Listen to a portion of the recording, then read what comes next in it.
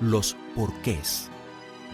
Ahora vemos de manera indirecta y velada como en un espejo, pero entonces veremos cara a cara. Ahora conozco de manera imperfecta, pero entonces conoceré tal y como soy conocido. Primera de Corintios capítulo 13, versículo 12. Muchas veces he visto gente en la televisión que dicen haber tenido experiencias cercanas a la muerte, SM. Confieso que me fascinaron sus relatos, pero debo admitir que soy escéptico. En realidad, muy escéptico. Antes y después de que hablaran, siempre pensé, probablemente fue algo en su cerebro, o quizá había algo en su banco de memoria que volvieron a experimentar. No dudé nunca de su sinceridad. Ellos querían creer en lo que decían. He visto muchos programas en vivo y leí sobre víctimas que murieron y fueron resucitadas de forma heroica. Sus relatos a menudo me parecieron demasiado ensayados y tan similares que perturban, como si una persona copiara la historia de la última. Un individuo que afirmó haber estado muerto durante más de 24 horas escribió un libro y dijo que había hablado con Adán y Eva. Algunas de las cosas que supuestamente le dijo esa primera pareja de humanos no tienen nada que ver con lo que está escrito en la Biblia. A pesar de mi escepticismo, el cual siento todavía hoy en torno a muchos de esos testimonios, jamás cuestioné mi propia muerte.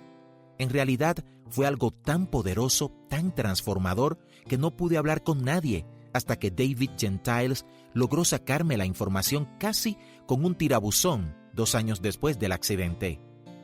He visto las investigaciones en torno a las SM y pensé en ellas con frecuencia a lo largo de los años. En diciembre de 2001, el Lancet, publicado por la Sociedad Médica Británica, informó los resultados de su investigación en torno a las SM. La mayoría de los científicos y expertos médicos habían descartado estos sucesos dramáticos como deseos o desvaríos de la mente a causa de la falta de oxígeno.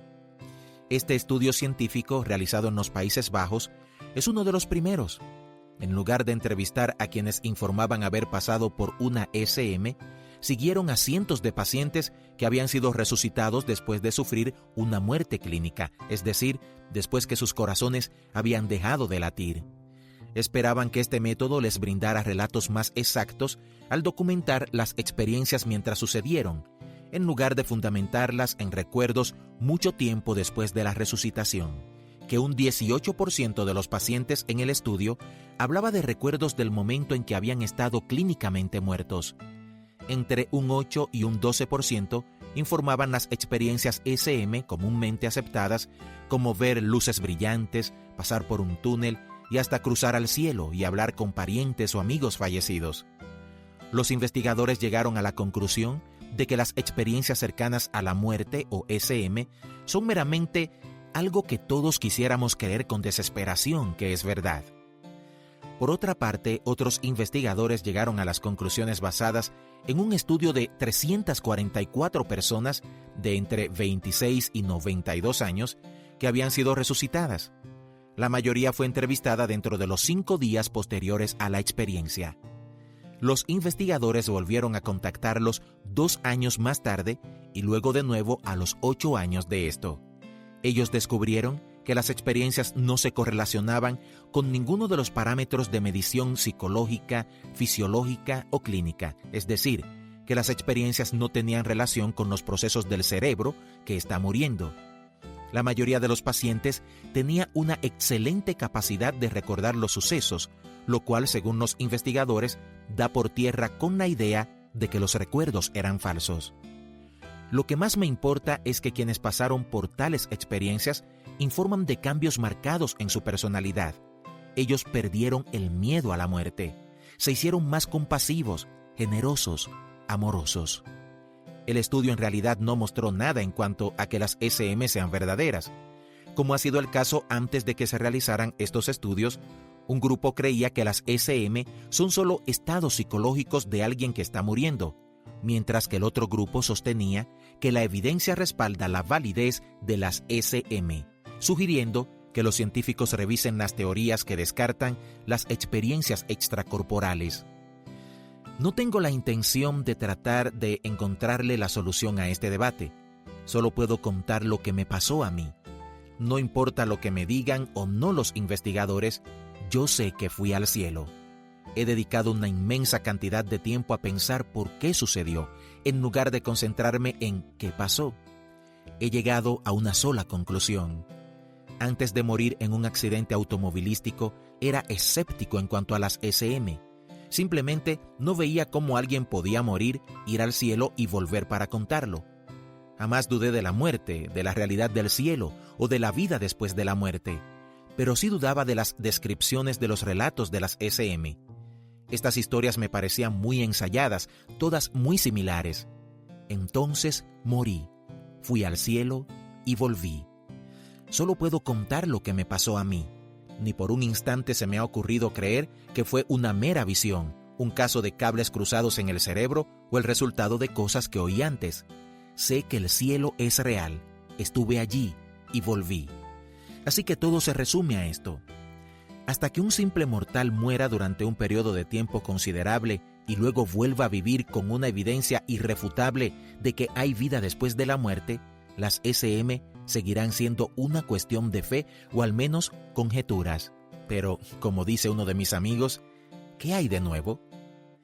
Compartí mis experiencias una vez con una congregación grande en la que se encontraban los padres de mi esposa, Eldon y Ethel Pentecost. Ellos me han respaldado siempre e hicieron grandes sacrificios durante mi accidente y la larga recuperación. Después del servicio, fuimos a su casa. En un momento en que Eldon y yo estábamos a solas, me dijo: «Me enojé la primera vez que compartiste la historia de tu viaje al cielo. Yo no tenía idea de que hubiera sentido enojo.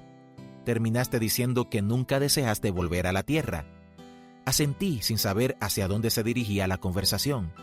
No entendí entonces, pero hoy sí puedo entenderlo. Cuando te oigo hablar de la belleza del cielo, comprendo un poco más por qué estarías dispuesto a separarte de mi hija y mis nietos durante un tiempo, pues sabes de veras que volverán a unirse. Sin duda alguna, dije. La revelación de Eldon me tomó con la guardia baja. Claro que tenía razón. Tuve el privilegio de bautizar a mis hijos y de ver bautizada a mi esposa también. Sabía que la fe de ellos era sincera.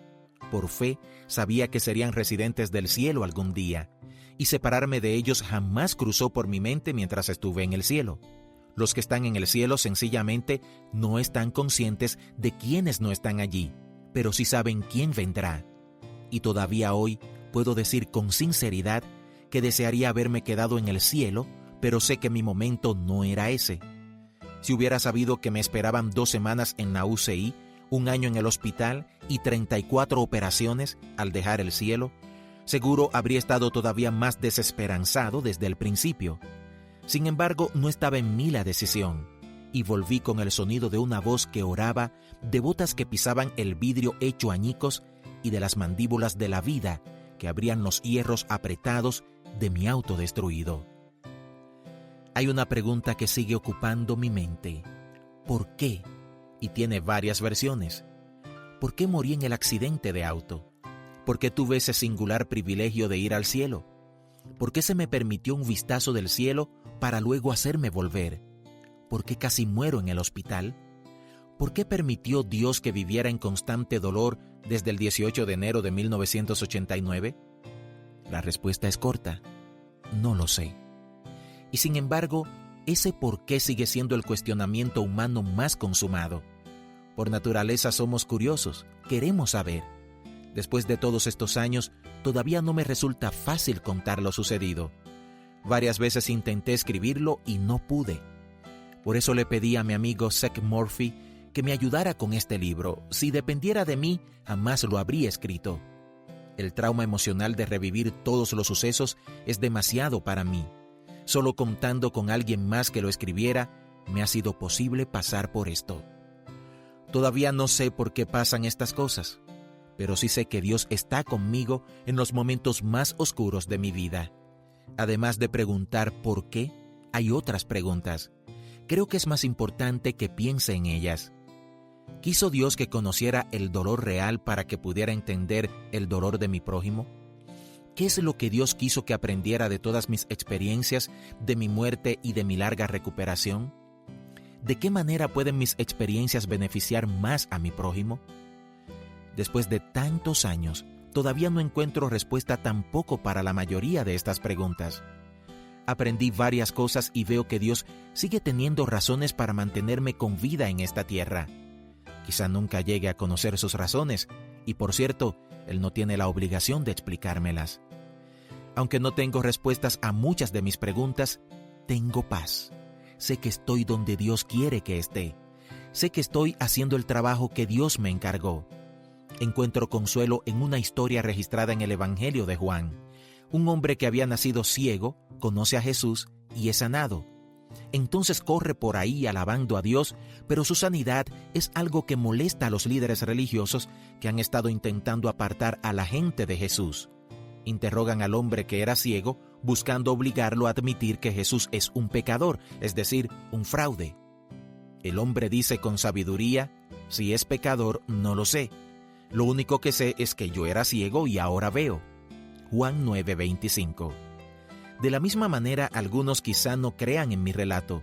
Podrán pensar que fue el cumplimiento de algo que deseé y que se concretó en el momento de un trauma severo. No tengo que defender mi experiencia. Sé lo que me pasó. Para quienes tenemos fe en la realidad del cielo, no hace falta evidencia. Sé lo que viví. Creo que Dios me permitió vislumbrar lo que será la eternidad en el cielo. También creo que parte de la razón por la que sigo vivo, como ya dije, es que la gente oró. Dick Van Recker oró para que volviera a la vida y sin daño cerebral. David Gentiles y otros oraron para que Dios no me llevara al cielo justo entonces. Estoy aquí, estoy vivo, y es porque los propósitos de Dios todavía no se han cumplido en mi vida. Cuando Dios haya terminado conmigo, volveré al lugar que añoro. Ya tengo hecha mi reserva en el cielo y volveré algún día para quedarme para siempre. Es mi oración que pueda verlo allí también.